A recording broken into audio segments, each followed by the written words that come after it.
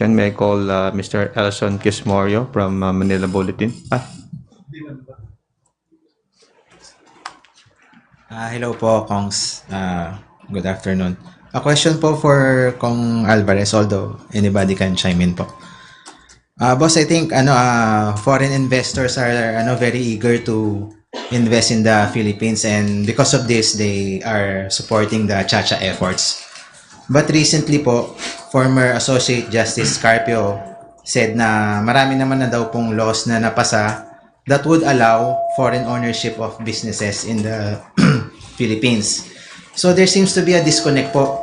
If this is true na the laws are enough, bakit po may clamor from foreign investors to push for Chacha? So who should we believe, sir? Wala namang yung who should we believe.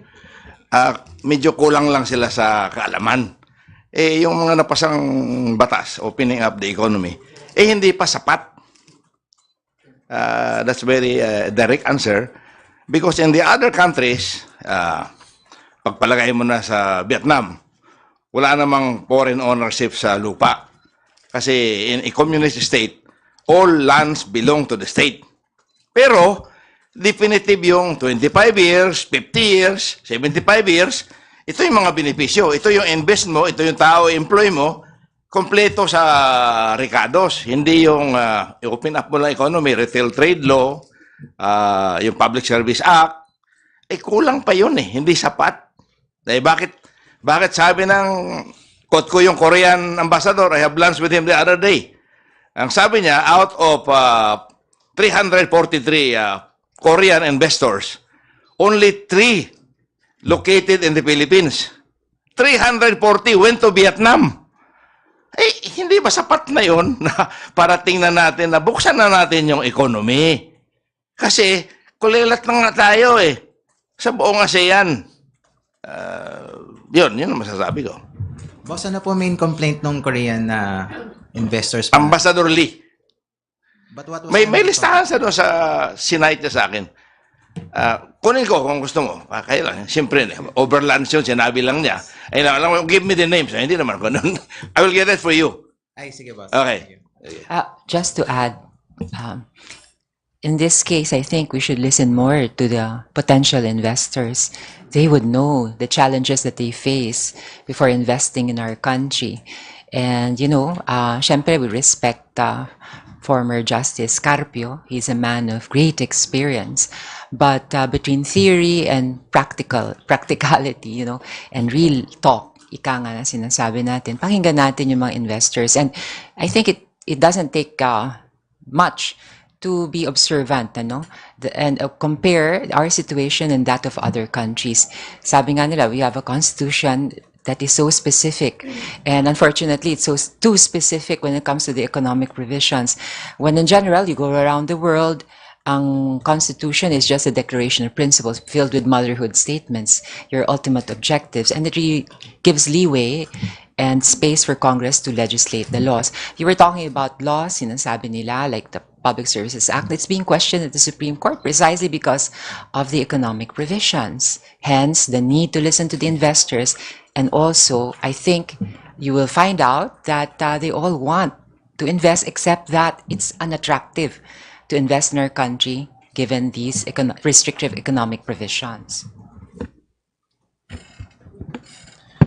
Well, with regard to that issue, what we have is a retired justice who is saying that we have already enough laws that would answer to these problems. But pakinggan nun natin yung foreign investors. Sinasabi nila we have restrictive economic provisions under the 1987 constitutions. Ibig sabihin, hindi ho sapat yung mga batas na ipinapasa ho ng Kongreso para na ma-encourage po ang ating mga foreign investors na magnegosyo sa ating bansa. Yun lamang po ang dapat na malinaw sa ating pong mga sambayan ng Pilipino na we have to amend the restrictive economic provision. It is now the best time to amend our fundamental law of the land. That would be all.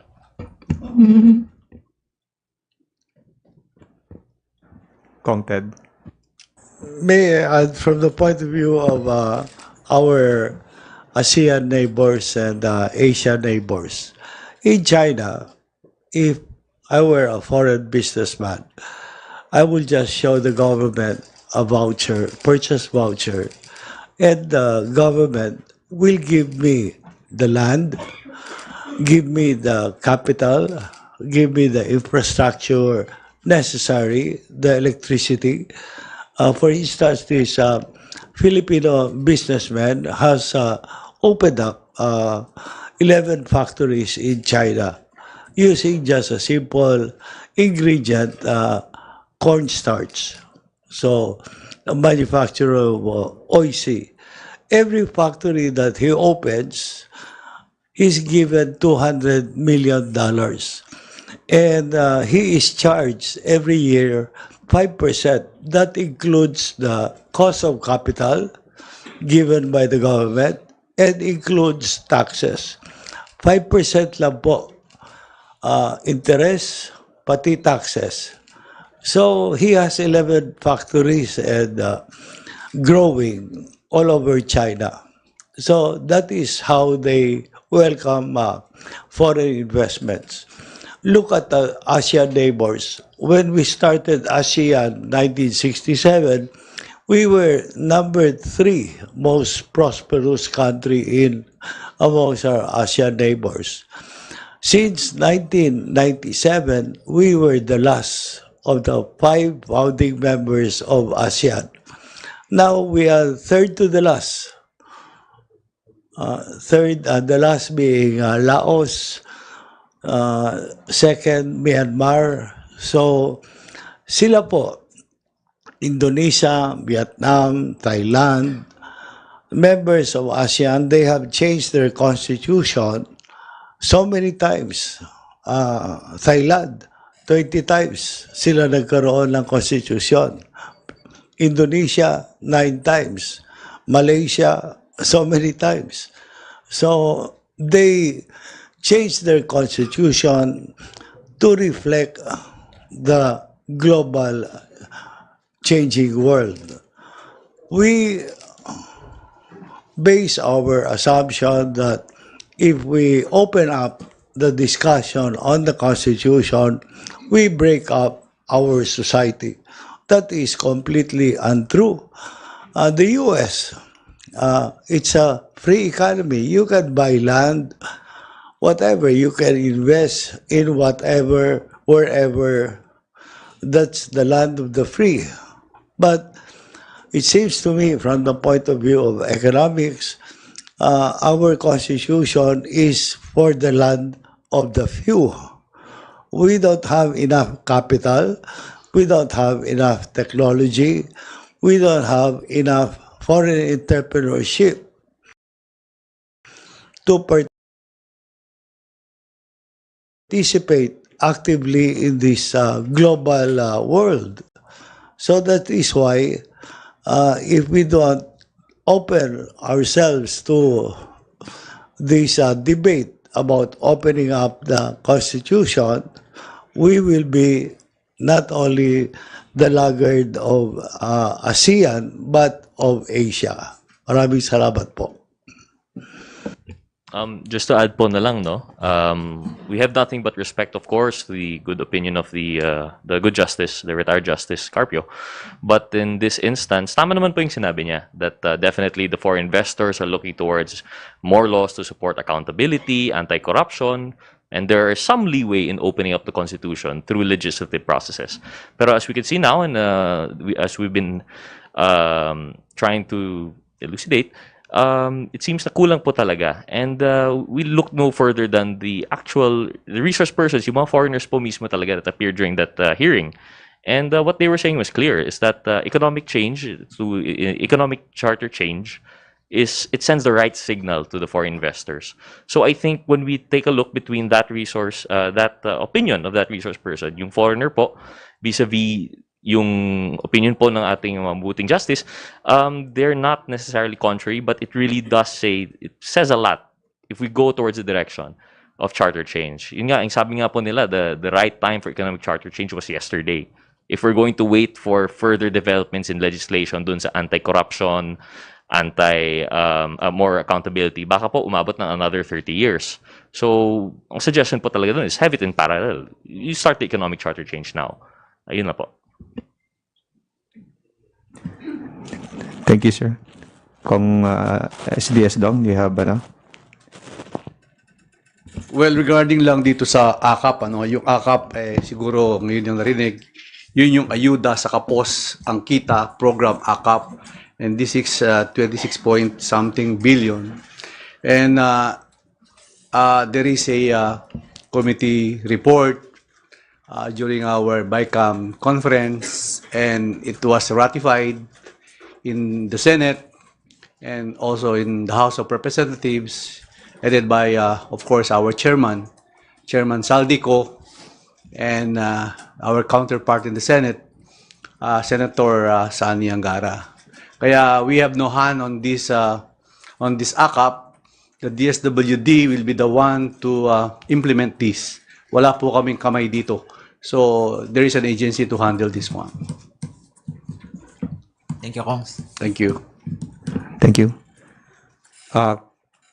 Kat Forbes of Radio Pilipinas, you are recognized. Good afternoon po, Kongs. 2 points lang po sa akin. Balikan ko lang po yung sa People's Initiative. Ito meron pong panibagong ang patutsada dun sa AKAP na kine-question, gagamitin sa PI.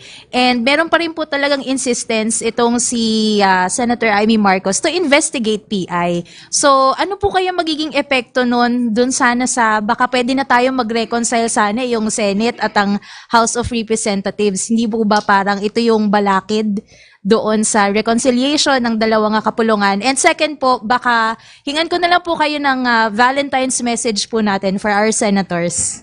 Yan po. Thank you. You know what? Karapatan ng mga senador mag-conduct ng isang inquiry kung gusto nila. Pero ito lang naman ang aming humble opinion. Meron pa bang PI? Meron pa bang People's Initiative na nagaganap? Wala na, di ba? Malinaw ang COMELEC, hindi nila tatanggapin yung mga signatures. Nagsabi na rin ng Pangulo, hindi ito tutuloy. Walang mangyayari. So what's the point of all of this? So, ang nangyayari, tila baga, nagkakaroon ng insinuations about irregularities dito sa aming chamber, sa House of Representatives. Nababanggit na naman yung pangalan ng aming speaker.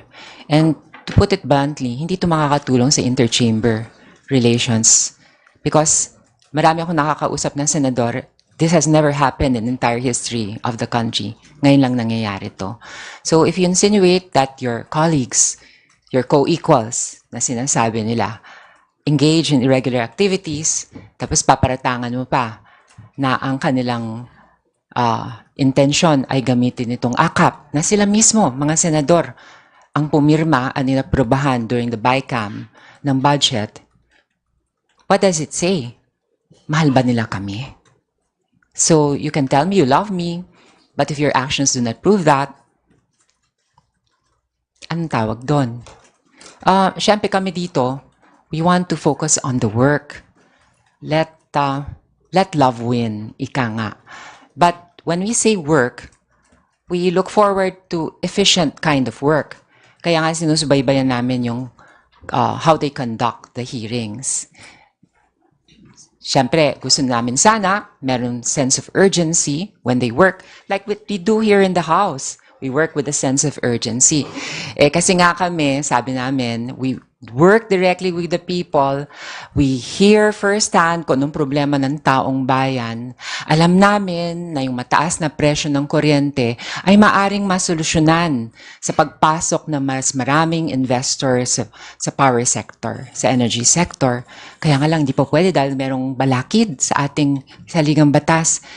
And when we know the solution is an amendment, and then alam din ng aming mga counterparts sa Senate na itong solution, and yet parang wala yatang sense of urgency na parang sinasabi nila, hindi, we'll be very diligent. We'll conduct it in a relaxed manner. Medyo nakaka-frustrate yun, di ba?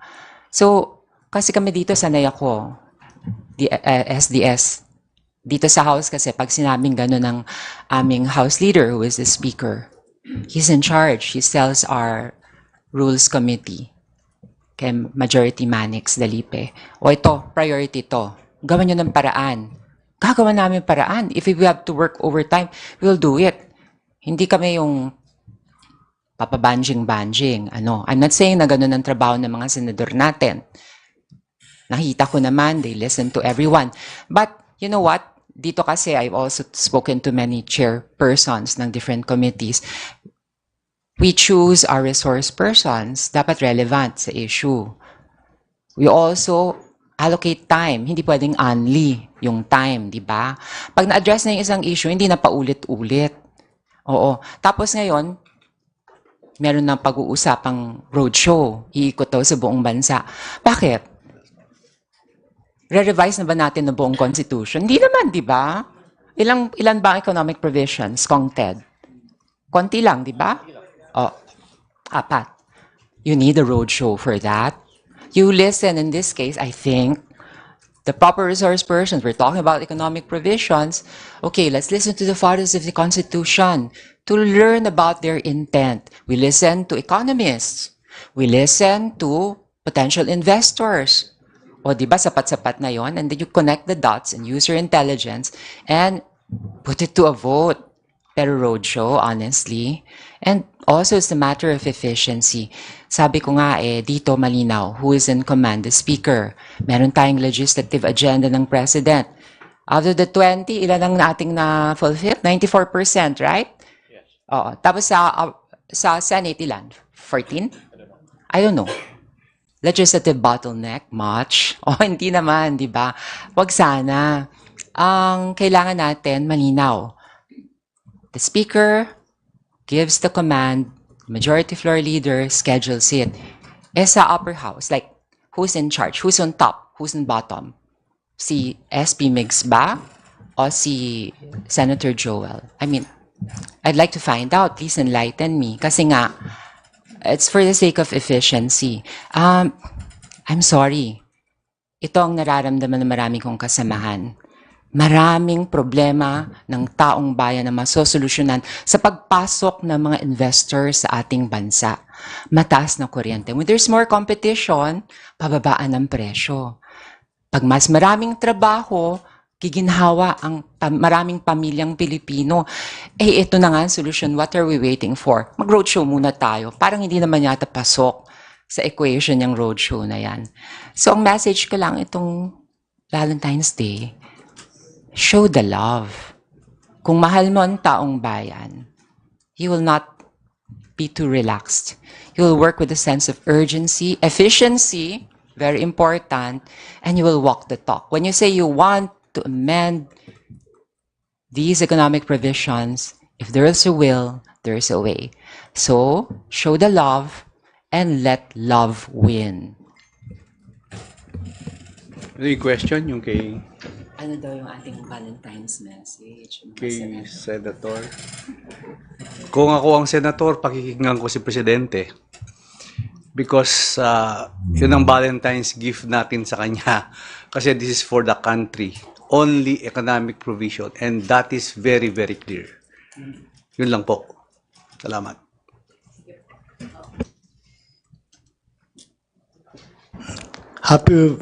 Happy Valentine po sa lahat, lalong-lalo na po sa mga mahal namin na mga senador.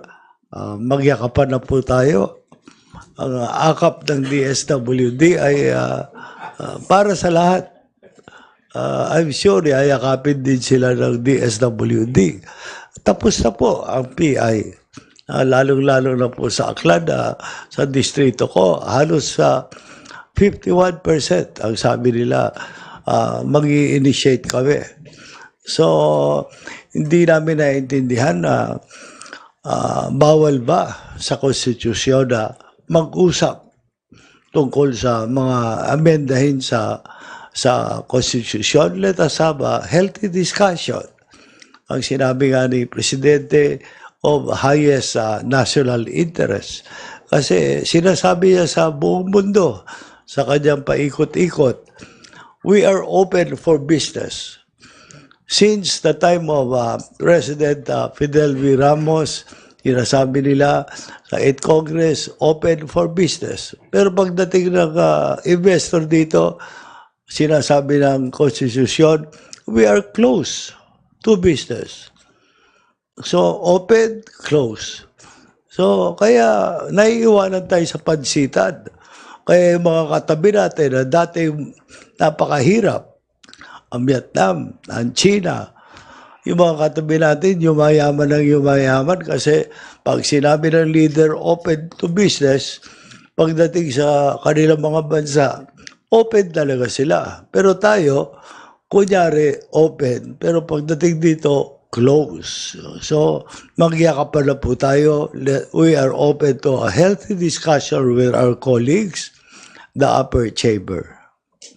Sorry po, sundin ko lang po yung isang naging statement ni Kong Geraldine na sabi niyo po si Speaker in command po at lahat po kayo sumusunod.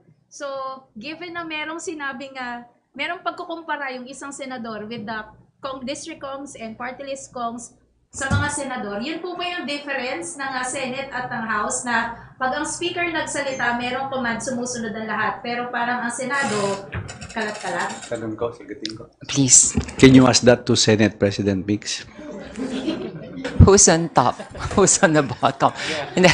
I don't think the number of votes has something to do with working as a team in the Senate. I think when they approve RBH 6, I think that was clear already that majority of the senators also want amendments to the economic provisions. So they should be consistent. I would like to believe that they're consistent in their beliefs and they're very sincere in their work. But if the intention is, and I'm not saying it's their intention, is to delay the bill and let it die a natural death, nangihinayang po ako eh. We have this very golden opportunity. Para bang now or never na. Totoo na sa kasaysayan ng Kongreso, ngayon lang umusad at nagkaroon ng discussion, which is a welcome development already. So if we do not seize this opportunity, sayang na naman. And ang gusto ko lang sanang parating sa taong bayan ay ito. Maganda po ang amendments na economic provisions. Maraming pong problema kasi hindi naintindihan din ng maraming tao, Kong Ted, Kong Rog, Kong Bongalon, SDS Gonzales, Congressman Alvarez, na maraming problemang pang-araw-araw ang maaring masolusyonan sa pag-amyenda ng mga economic provisions. So, pag hindi pa natin na-seize ng opportunity na to, I think we should also be held accountable to the Filipino people. People should know and be made aware if their legislators have delivered on their promises to legislate for the benefit and for the good of the entire country. And let's not demonize charter change. Just to add po siguro, no? You mentioned the comparison, and of course, if you remember, at least dito sa amin, I don't know if it's biased, the infamous apples to oranges. There was a comparison of votes po, no? And they were talking about disenfranchisement. But when it comes to work, when we're talking about yung who, like you mentioned po, no, the Speaker or the Senate President, how it comes to work, it's not disenfranchising voters natin. Pantay-pantay po yun, they voted us into power. Let's put those votes to work.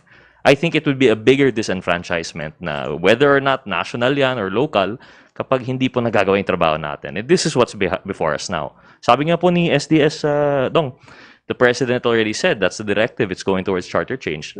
Let's get to work na lang po. I guess that's our message here. Well, on my part, with regard to the People's Initiative, wala naman po tayong napapala doon sa investigasyon, In fact, yung programa nga, bago-bagong programa ng DSWD, binibigyan nila ng pangit na kulay. So, why don't we start the debate on the economic reform? And me, as a first-termer and a neophyte member of the 19th Congress, I want to be part of this historic constitutional reform. I'm 32 years old. Our 1987 Constitution is 37 years old. Kung yung mga camera nyo nga po at cellphone ina-update nyo, yung Constitution pa kaya? And malinaw naman po sinabi ng Presidente, let's stick with the economic provisions. So kung sinabi po ni SDS Dong na listen to the President, ako naman po siguro, listen and follow the President. So, siguro ang Valentine's message ko na lang po sa ating pong mga counterparts sa Senate, total, nandito na po si Kong Geraldine Roman, love wins, but we will never forget.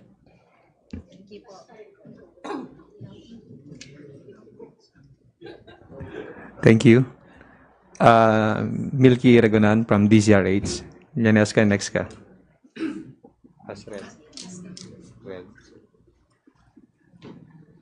Rosalie.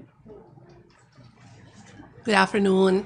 Most of the business group supports the amendments of the 1987 Constitution on the economic provision, but based on them, mga reactions nila, too much political noise, away sa Senado at Congress might affect the business climate. Your thoughts on this, please? Definitely, it's not good for the country na nag-aaway o may rift sa both chambers, ano? And as I said, message ka namin, show the love, and love should win. In fact, so let's get our act together sa upper house, o sa Senate, at saka sa House of Representatives. So really, the ball is on their side of the court. We have already indicated our support, and we're firm in our belief. And we have shown our determination. Now it's the Senate's turn to show its determination. And that can only be proven if they work with efficiency and with determination, as well as a sense of urgency. Limited po ang time natin. So, dapat medyo magtrabaho po sila, i-double time na nila. At mag-ano na tayo, what is unnecessary, let's do away with it. Personally, I don't think a roadshow should be necessary as, roadshow. If you need an information campaign, you can conduct it in other fora and parallel means. But dun sa loob ng committee hearing, siguro mas maganda pakinggan yung sinabi na natin na mga other legislators, the economists, followers of the Constitution, potential investors, and all stakeholders.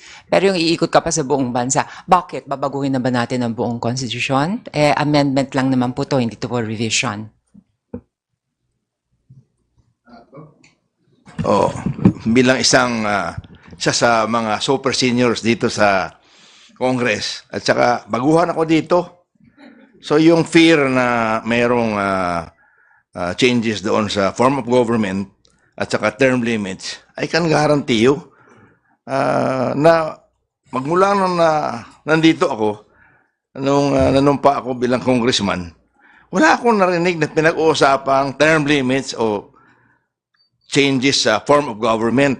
Kaya take it from me na ginagarantiya ko na wala.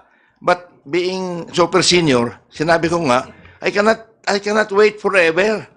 Di ba? Umikot na ako sa ASEAN, time is up. Kailangan gawin na natin. At saka, avoid na natin yung medyo madaming patutsada. Wala nang siraan dahil we just work for the common good.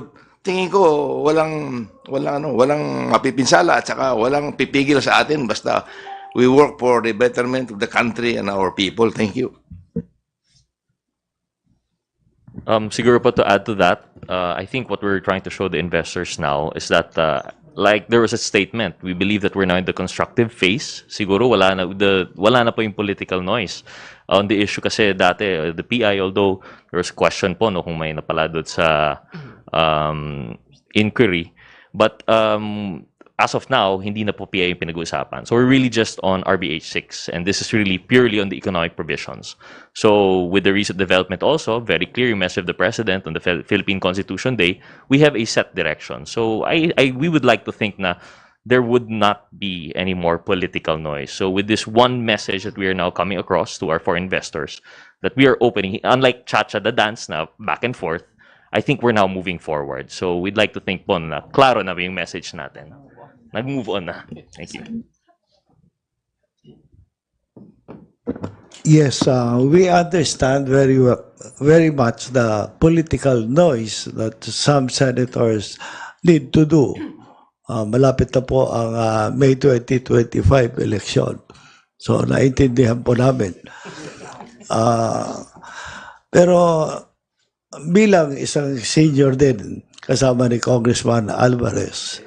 During my time when I was in UNCTAD ITC, when I went around ASEAN, when I went to Bangkok, the first bakery in Bangkok was Filipino-owned, Goldilocks. The textile industry was initiated by American GI.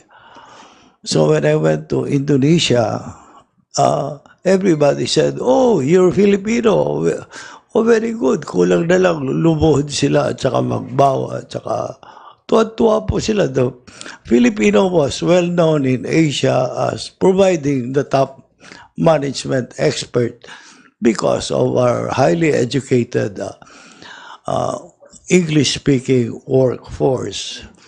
We pride ourselves as the gateway of Asia. So when China was developing, the gateway was there, but the gate was closed.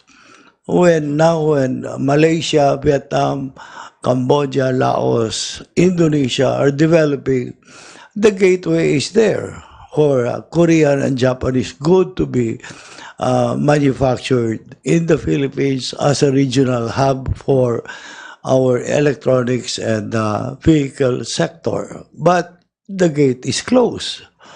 So now, as we go to the Indo-Pacific, India and all that, the gate is still closed. So sabi nga ng kasama ko, 32 years old lang siya. But the gate has been closed. We, since the 8th Congress, have tried very much to amend the Constitution to purge these restrictive provisions that protect vested interests. But alas, 300 legislative measures from the 8th Congress to the 19th Congress, it's dead on arrival in the Senate. So, kailan pa po natin gagawin? Hindi naman pwedeng puro na lang tayo ayuda sa consumption variable ng economics. Dapat meron tayo sa investment. So, investment, capital. Capital. Sabi nga ng dating Chinese leader, si Deng Xiaoping, I don't care what the color of the cat is as long as it catches mice. So, we should not care like our ASEAN colleague what color the capital is as long as it's capital. What color the technology is as long as it is technology. So let's open our economy. So pinag-uusapan lang po natin economic provisions. Hindi po natin pinag-uusapan iba kasi masyado ng komplikado yan. Maraming salamat po. Ayan, meron ng peg si Congressman Ted. Ako, sabi ko, show the love. Sabi ni Congressman Bongalon, love wins. Yung kay Congressman Ted, buksan ang inyong puso.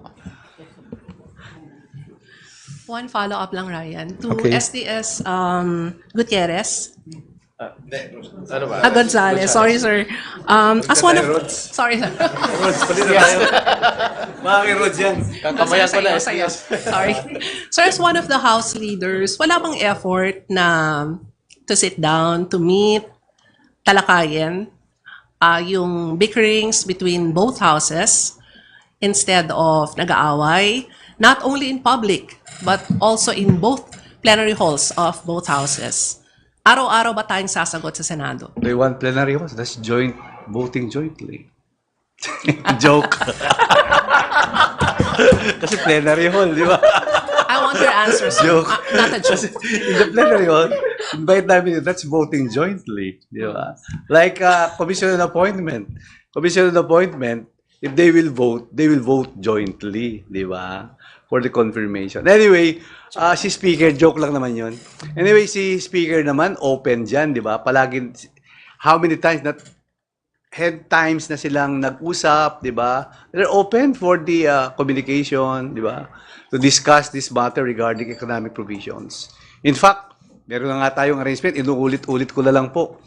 And in Malacanang, in other places, in Makati, palagi po sila nag-uusap ni Senator Migs na willing mag-sit down kung ano ang dapat mapag-usapan para mapabilis po.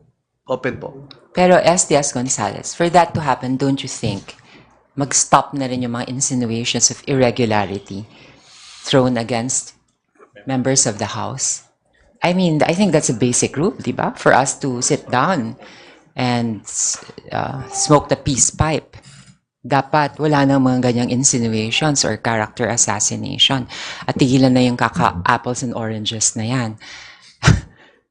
I mean, like, that's the only way you can show your sincerity. We're very sincere here.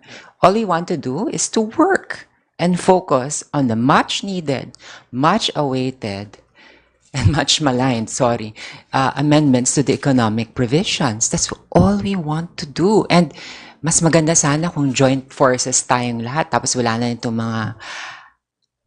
mga intrigahan, mga kemehan, di ba? As we say. So, I think that's a necessary condition, as Des Gonzales. Okay, Lina Escapanti from GMA Online. Good afternoon po.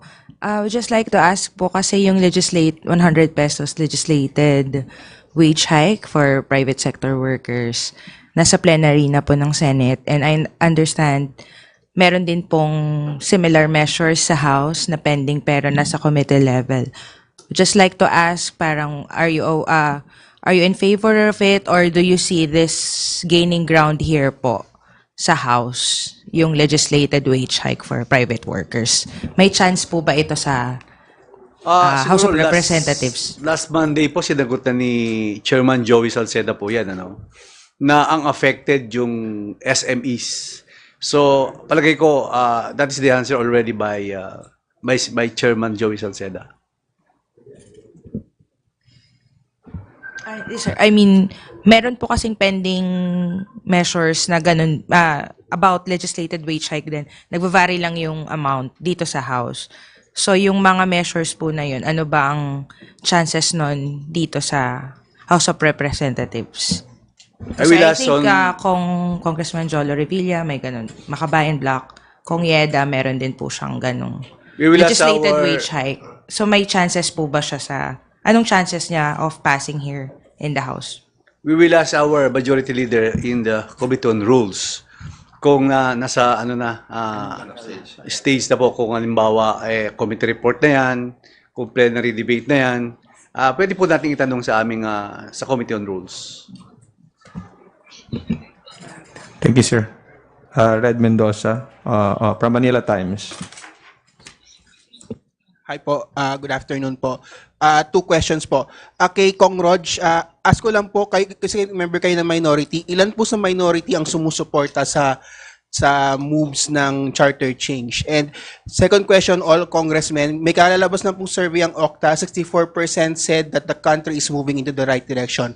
Any thoughts lang po doon sa survey ng Okta that says that more than 6 out of 10 Filipinos are saying that the Philippines is moving in the right direction? Okay po, behalf of the minority, I suppose it's really being talked about right now. We cannot say definitively yet until we have the provisions that are already on the table. But definitely for the majority of the minority, mukhang we are supporting economic charter change kasi the message is clear and we see the benefits. Of course, we might have apprehensions about which industries and which parts of the economy will be opened up. But definitely, I think I could speak on behalf of them na parang we will be supporting this move. But as for the Okta, and I guess it is supported also by the stated Okta research po, no, na it seems to be we're moving in the right direction, and to keep this momentum up, we will be working towards that. We put these votes to work. Yun na po, siguro. Yung Okta survey po, reactions lang po. May I find out the date? Yung sa Okta survey. The survey came po from December 10 to 14 po. This is the December survey. 64% said na the Philippines is moving in the right direction po.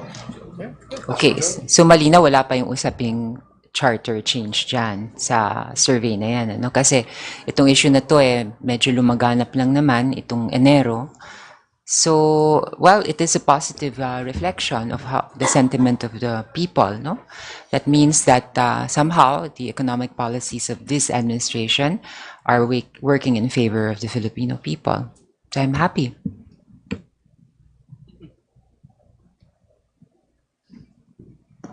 Again, I believe that's a false positive because every time that we have a new president, the new president would always go around the world and try to look for investment. So, and then now, we have a super majority. We have a president who had, 58%, 58.1% of the popular vote compared to other presidents na 39 like ERAP, 23 like FBR. So we seem to be moving in the right direction. But is the economy moving towards upper middle income bracket?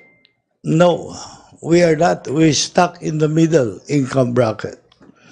So for the future generations, we need to have enabling policies to sustain the creation of jobs, industry, manufacturing, and so on and so forth.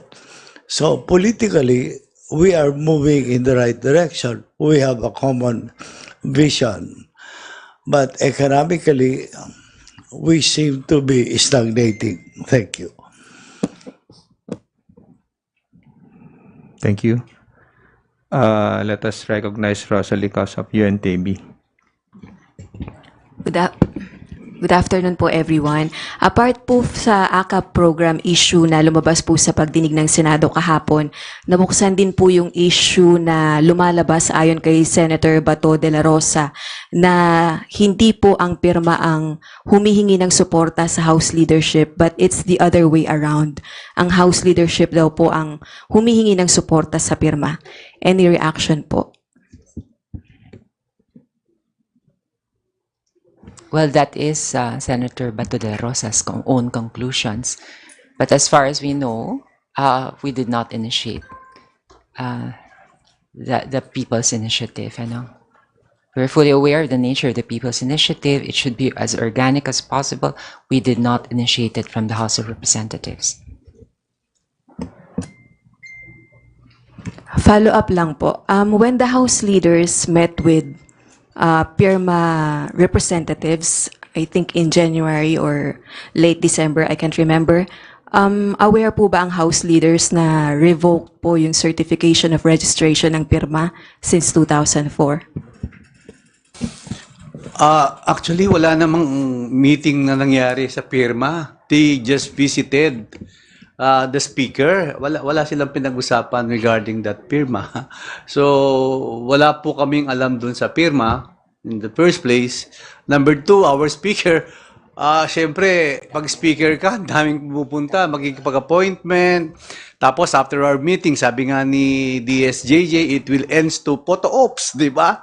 Speaker, pwede magpa-picture. So, syempre, sa likod, may tatayo, di ba? Pero wala po kaming pinag-usapan sa lalo na si speaker, wala po alam diyan. Kong Rods. Just to add to that, no, I can't speak for the leadership, no, but just on the issue of yung SEC revocation, just a personal opinion, People's Initiative, if organic and genuine, is an exercise of the sovereign.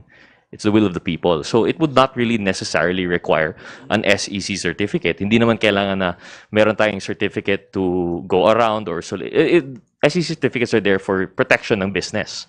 Bawal po mag-solicit for investment or bawal po magnegosyo ng ganitong industry. But for you to go around and campaign for genuine change, karapatan po yan ng tao. So I just, on that topic lang, yung sa SEC certificate, I don't know if, personal opinion lang po for this representation, I don't know if that's actually very relevant to the issue of PI. Yun na po. Thank you. Krisha of Inquirer. Hi, good afternoon and happy Valentine's Day po. I would just like to ask anyone who can answer po, can you paint us a clear picture po of what happens if the Senate fails to deliver by March? Much has already been said about the need for urgency na dapat ngayon na, etc. But if the Senate fails to deliver by March, does that mean that economic chacha is dead in the water for the rest of the Marcos administration po?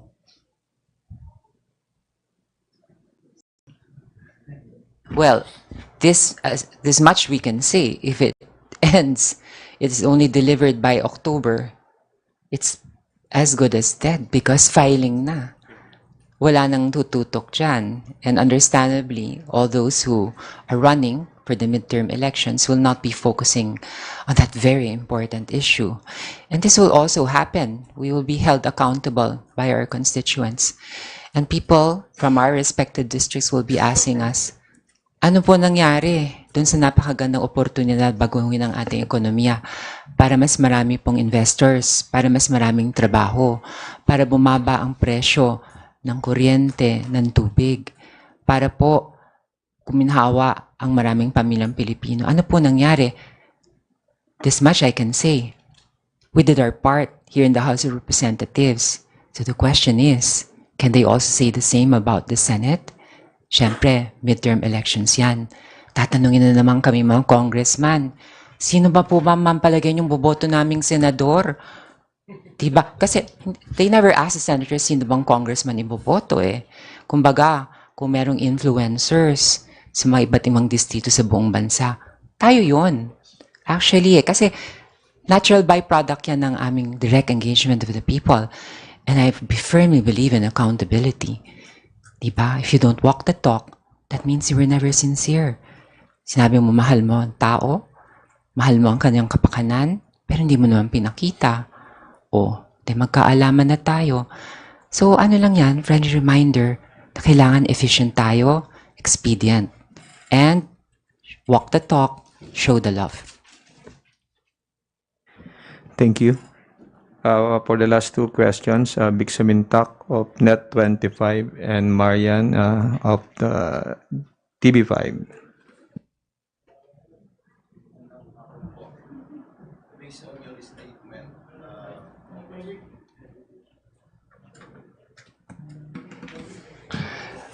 Based on your statement, Congresswoman Roman, so is it safe to say na magiging barometro sa 2025 midterm election kung sino ang susuportahan ng mga congressional representative ng mga senador kung sakaling mabigo ang Senado na maipasa yung economic chacha by March?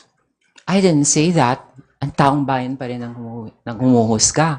Sila rin ang nakakapag-isip. Pero syempre, tinatanong nila rin kami. Syempre, ayaw rin naman namin magsinungaling sa aming mga constituents. Kung sa pakiramdam namin hindi naman naging very sincere dito sa pagbabago ng economic provisions, sasabihin namin kung ano yung nasa kalooban namin. Ganun lang naman yun eh. Kailangan tapat din kami sa aming mga constituents. Surely, they deserve no less than that, right? Maging tapat kami. Last question from my end. Sa kabila ng nagsalita ni si Presidente, tapos na yung People's Initiative, nagdesisyon ng COMELEC, tapos na yung suspendido yung proseso ng People's Initiative. Ano sa palagay ninyo na dahilan ni Senadora Amy Marcos? Bakit ayaw niyang tigilan yung People's Initiative? Eh, bakit hindi siya ang tanungin ninyo? Diba? I'm not a mind reader, basically, and I always have to assume na may good intentions ang ating senadora, si Amy Marcos. But I think you should be asking her, not us. Thank you, ma'am. Marian, you're recognized. Good afternoon po. Isa po sa kinaiinis ng mga senador is yung pagmamadali po ng mga kongresista na itulak na nga po itong charter change. Kong Geraldine Roman even said na sinabi po niya na you're discouraging nga po yung roadshow, no? So, si Senator Grace Poe po, who authored the Amended Public Service Act, said, kung dumaan sa butas ng karayom ang 86-year-old Public Service Act, mas lalong kailangan nating masuyod ang pag-amyenda ng ating 37-year-old na saligang batas. Your comments po. I think the status now of the Public Services Act is they're questioning its constitutionality at the Supreme Court, which only proves that we really have to amend the economic provisions. Of course, we're not saying that you should work, without a sense of responsibility or without being diligent.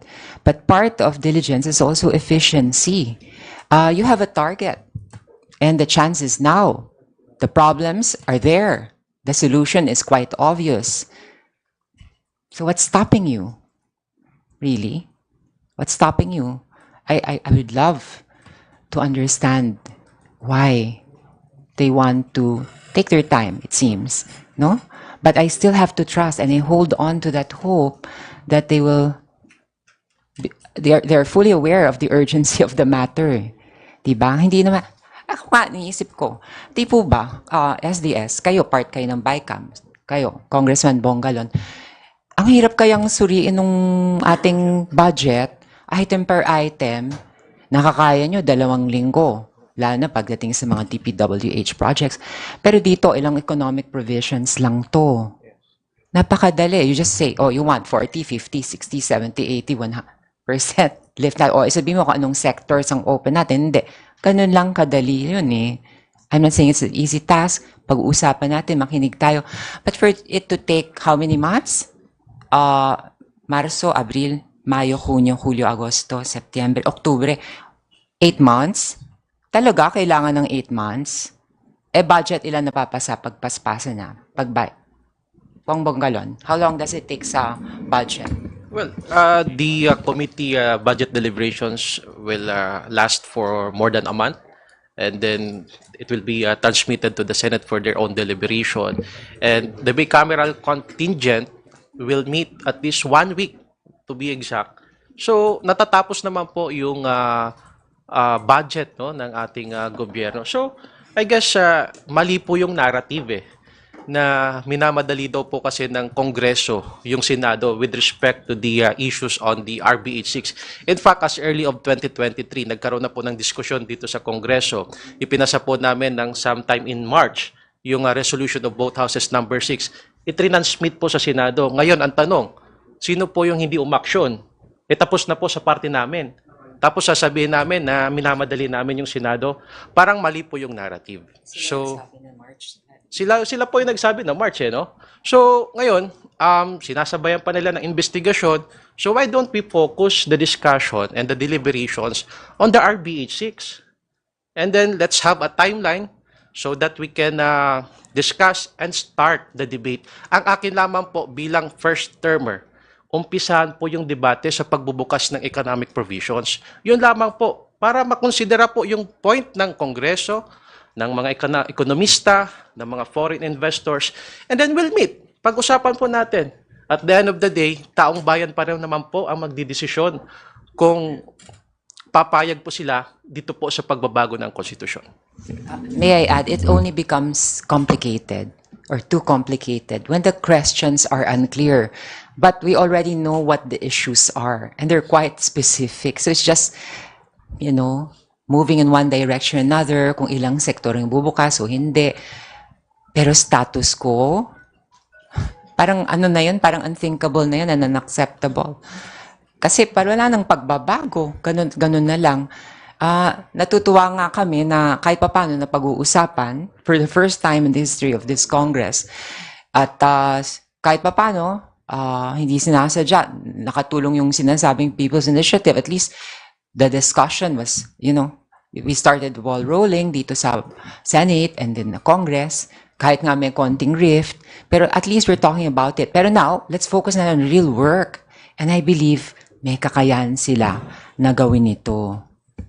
And just to add, no, for context, I wouldn't really say na minamadali po ito, no? Kasi I'm pretty sure these are just the same questions in a new context. For the greater part of 4 decades na po, the question of constitutional change has always been, it's been since every administration, since President Ramos, naging question na po ito.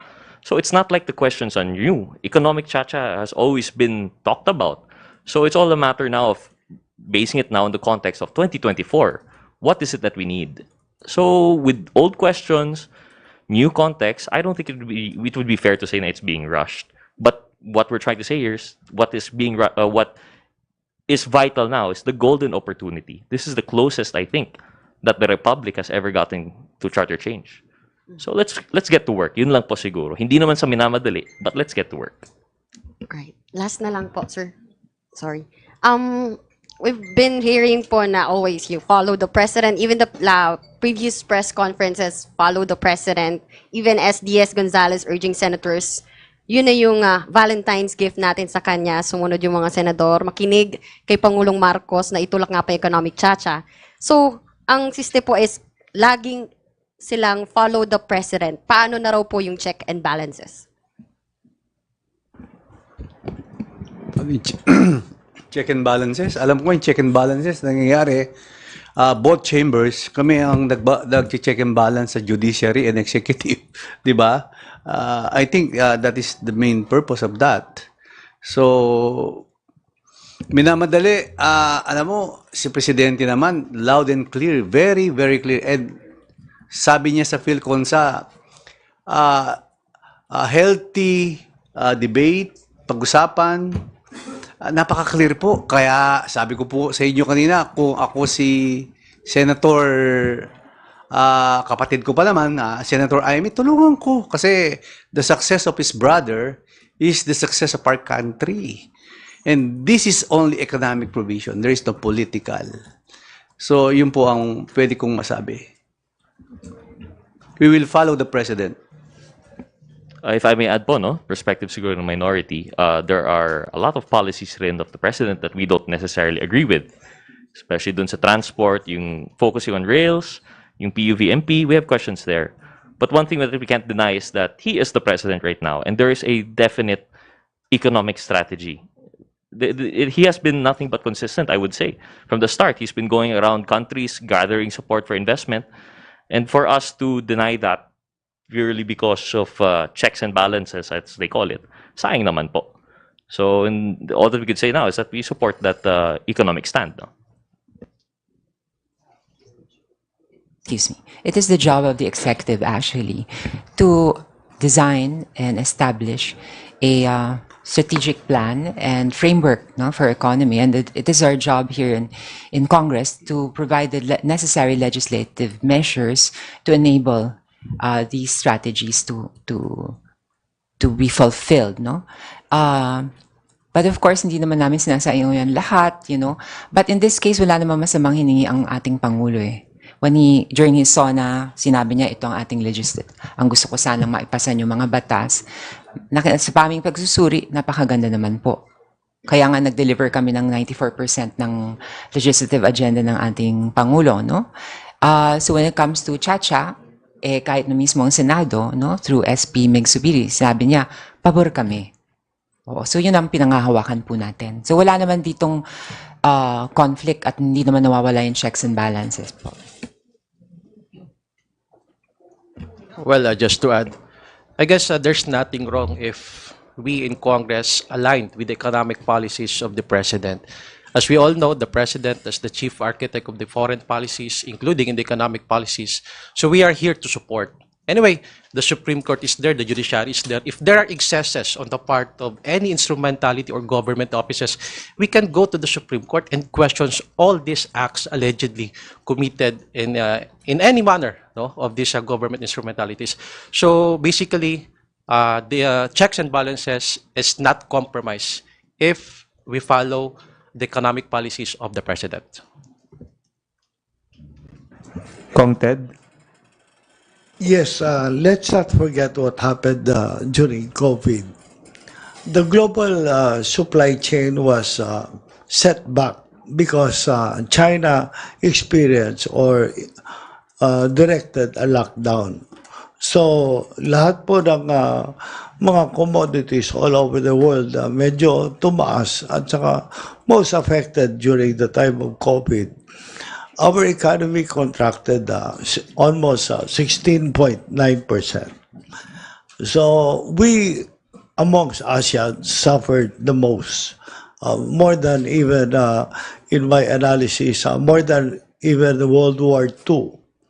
So, ang ibig po sabihin, dito sa ating ekonomiya, ay we are more or less reliant on our own domestic economy.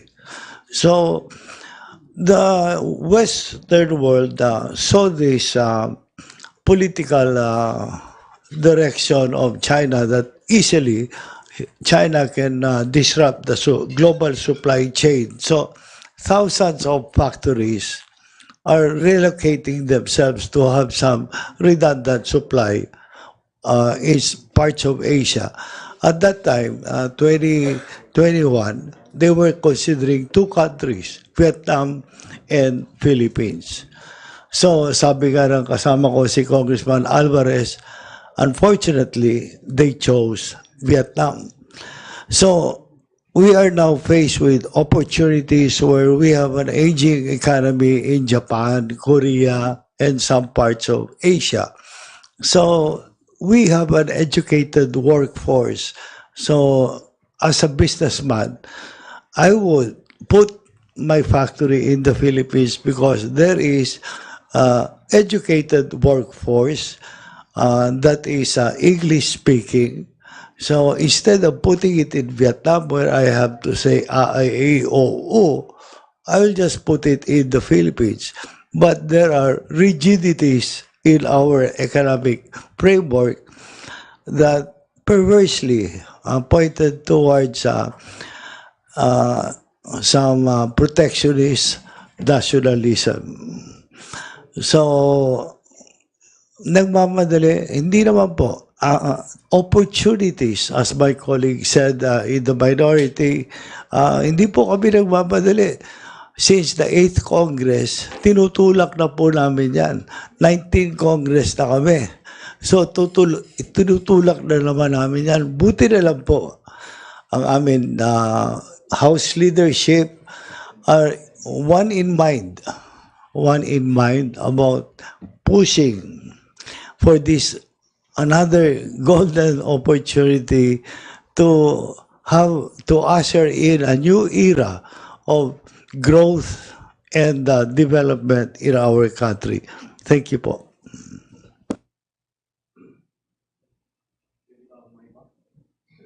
Go ahead, sir. Kasi itong ating kasama sa Senado, si Senator Amy, keep questioning on AKAP. So, itong 26.7 billion. So, siguro maraming mga releases ngayon, pinapadala sa akin. I just would like to read the portion of my press release para alam lang po ng tao. It would be absurd now for senators to be questioning the AKAP and other assistance funds included in the national budget and administered by the Department of Social Welfare and Development because they approve it. In fact, Senator Amy signed this committee report, this BICAM. They are stopped from speaking against or criticizing what they have approved unless they tell us now that voted yes without reading the budget or at least the conference committee report, which is a summary of the outlay. It is the DSWD that has sole authority over these funds. That is clear in the budget law. The amount of 26.7 billion appropriated herein under the Ayuda sa Kapos ang Kita program shall be used to implement and provide assistance to minimum wage earners falling under the category of low income that were severely affected by rising inflation. Implementation of this provision is subject to the guidelines to be issued by the DSWD and the existing budgeting, accounting, and auditing rules and regulations.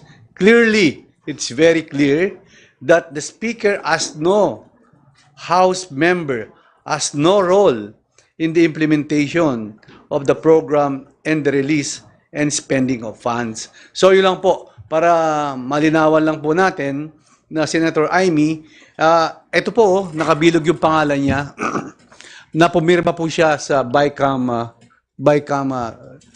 report. Sada po, tinignan niya to, this 26.7 billion. Binilugan ko po yung pangalan niya, na pumirma po. Ako, ayun po, nakapirma po ako dito. Si Congressman Gil, nakapirma rin dito. Ako, nakapirma. Lahat ng miyembro po ng BICAM conference, nakapirma po rito. Thank you po. Well, additional reaction, ano? Yes, I confirmed that I indicated my signature here in the bicameral conference committee report, wherein the ACAP program, which we funded for 26.7 billion, na ang layunin po ito para po sa mga low-income earners, ano po. At ito na lang po, tanong ko na lang siguro, ano, bakit po pilit na binibigyang kulay yung mga ayuda ng gobyerno at pilit po na ikinokonekta dito sa People's Initiative? Ayuda po yan ng gobyerno. And the last time I checked, it is the executive department who is the implementing agencies for these respective programs. Yung mga programang ito po, halimbawa, MAIP, TUPAD, AIX, inimplementa na po ito for the previous years. Bakit po ngayon bibigyan nila ng kulay at kami daw po ang nag-iimplementa, no, nitong mga programang ito? These are programs of different government agencies of the government. Wala pong say dito ang mga House members. So yun lamang po ang aking kapaliwanagan para po hindi po mabudol ang ating pong taong bayan na pilit po na pinapasama ang mga imahe ng mga kongresista. Thank you, sir. We invite our guests to share your closing remarks if there are any. Okay. Closing remarks. Ganda nga po uli. Kunting kwento lang. Philippine economy is based on our own consumption. 73% of our economy is food. Okay? Yeah. Bakit nagliliparan yung mga kababayan natin magtatrabaho sa labas? Kasi walang mga, so to speak, mga industries dito kung saan nila mapapractice yung kanilang expertise. Ang katanungan, napapanahon na ba yung charter change? Yes, napapanahon na. Ayaw nyo ba magbalikan yung ating mga kababayan sa labas? There are more than 7 million Filipinos abroad, workers,